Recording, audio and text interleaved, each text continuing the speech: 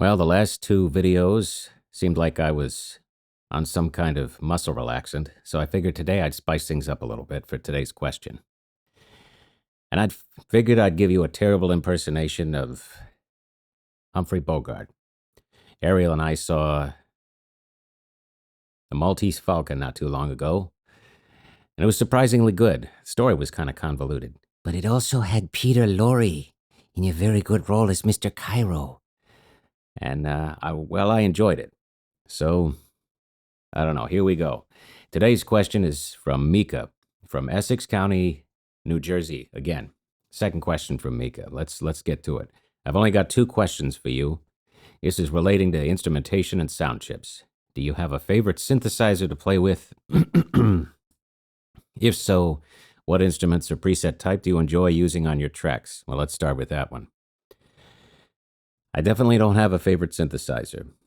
I enjoyed the Trinity. I enjoyed the Triton. I got the Triton VST. I liked the JV8080, and I liked the Waldorf Microwave XT, which was the module format. But the Waldorf is represented here in the Iridium. The Korg I've got on VST. I've got a Yamaha MODX 7 Plus as the controller. And back here, the trusty Dave Smith Pro 2. So no particular favorite there. Do I have an instrument or preset? I always default to piano. Boring answer, I know. That's what a lot of people do. But at the same time, that's just where I go naturally. I do like shifting through presets and just seeing what keyboards have to offer. And I got to admit, the Yamaha had some more interesting stuff to my ear than the Roland Phantom that I used to have. So I sold that one and got this one. As for my question for sound chips, while you have worked on the N64 and the AdLib FM chip, is there any console arcade sound chip you'd love to try, and what would it be? Quite a few. I'd like to, now it's not console, it's PC, but I'd like to I'd like to do a PC88 track at some point. I'd like to be able to work on the same chipset that was used to make Magician Lord and the Neo Geo games. I kind of like those. And I've got some really good feedback from some people. Oh, geez.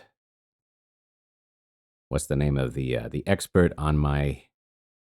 there's somebody that really knows a lot about chips, and with Spaztron, that's right, knows a lot about chipsets. That's on my Discord server, and came out and said US-based chip stuff, AdLib stuff, is worse than Japanese stuff, and they're not wrong. So that definitely means, I mean, even with the stuff that Andreas did, I think that Tyrion approaches the level of some of the good stuff in Japan, but the core stuff that I did doesn't measure up, which makes it interesting. What was the special sauce that they used to make their instrumentation better in Japan for the AdLib? That's something I'm curious about. But yeah, there's I've said this many times. I've said this many times on the Discord server that I want to be able to get into Furnace Tracker just like my buddy Jake Kaufman, aka Vert, has done, to write some tracked stuff, because there's and of course, I can't believe I left this out, AdLib Gold, the OPL 3 or 4. You're more experts than I am on that, but it's the it's whatever the OPL chip that was included with the AdLib Gold.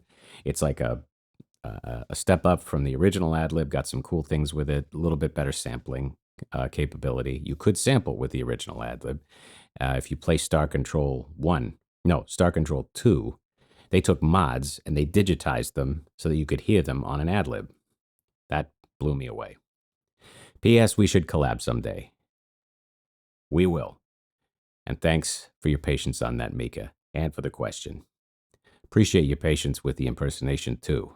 Might be a little distracting, but like I said, thought I'd shake things up a little bit today. I'll see you next time.